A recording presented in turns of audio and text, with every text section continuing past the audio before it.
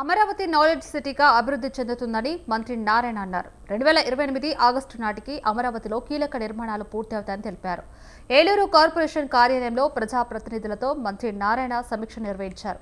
Eluru urban development authority పరిధిలో అభివృద్ధి పనులు, నిధుల కేటాయింపులపై చర్చించారు.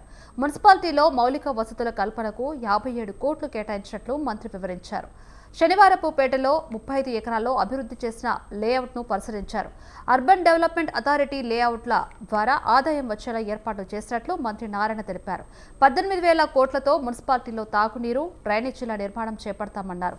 ఇక రాబోయే 2 ఏళ్లలో మున్సిపాలిటీలో ప్రతి ఇంటికి తాగునీరు అందుతుందని హామీ ఇచ్చారు. ఈ మున్సిపాలిటీస్లో అనేక వర్క్స్ ఉన్నాయి.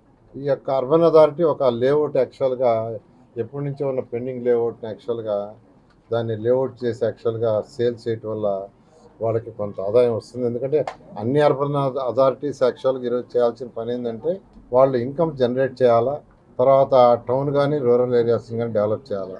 That is the main objective. అదేవిధంగా ప్లానింగ్, ఏదైతే ప్లానింగ్లో చక్కగా ప్లానింగ్ అటు టౌన్స్కి కానీ రూరల్కి కానీ ప్లానింగ్, ఇది మెయిన్. 6 రోజుల్లో యాక్చువల్గా వీళ్ళు ఏదైతే ఈరోజు ఇక్కడ చేశారో దాంట్లో దాదాపు ఈరోజు 57 కోట్ల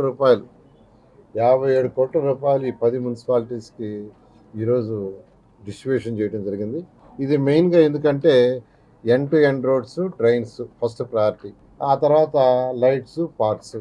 అంటే ప్రజలు జనరల్గా ఎక్కడైనా ఒక మున్సిపాలిటీ అయినా పంచాయతీ అయినా ప్రజలు కోరుకునేది ఏంటంటే ప్రతిరోజు వాళ్ళ ఇంటి నుంచి వచ్చే చెత్త ఏదైతే ఉంటుందో సాలిడ్ వేస్ట్, దాన్ని క్లీన్ చేయాలని కోరుకుంటారు.